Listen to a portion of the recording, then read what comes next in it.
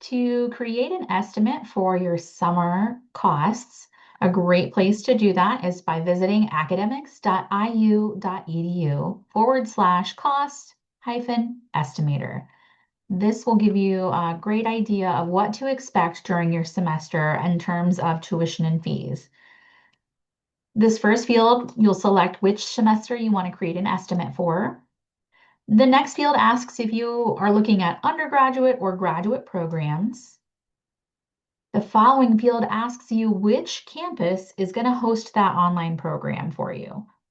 You'll notice that IU Online is not listed specifically here because we work in collaboration with all of our campuses to offer online programs. It's helpful to know which campus is going to host that online program, whether it's offered at multiple campuses or at one specific campus. If you're not sure about that, you can reach out to our admissions team to figure out which campuses are hosting your online programs. You'll also see that on our website at online.iu.edu. For our example, we'll select Kokomo for today. The next field asks you, where do you reside? Are you a resident of Indiana or do you live outside of Indiana? You'll select the answer that's most appropriate to you. On the next line, it's going to ask you, how many credit hours do you plan to take in this semester? So our average undergraduate student is taking 15 credit hours. 12 credit hours is the minimum amount of credit hours for undergraduate students to be considered full-time, and 6 credit hours is considered part-time for undergraduate students.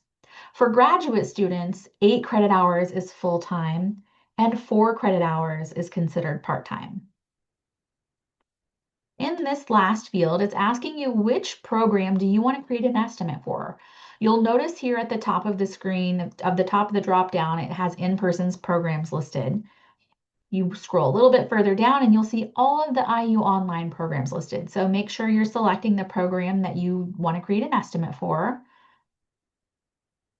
And then click on Get Started. On this side of the screen, on the left-hand side of the screen, you'll see your direct costs.